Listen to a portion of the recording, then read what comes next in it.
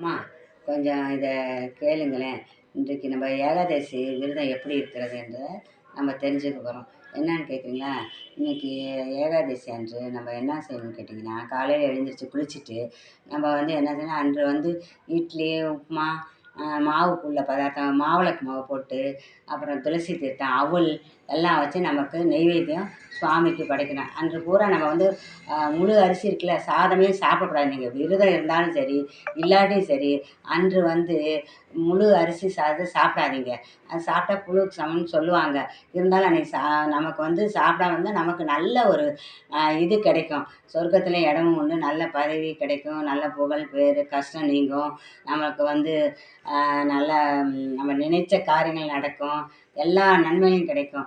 அன்று நீங்கள் வந்து என்ன செய்றீங்க, இதே சாப்பிடாதீங்க. சாதத்தை சாப்பிடாம மாவாலான உணவு பதார்த்தம் சாப்பிடுங்க, பழங்கள் சாப்பிடுங்க.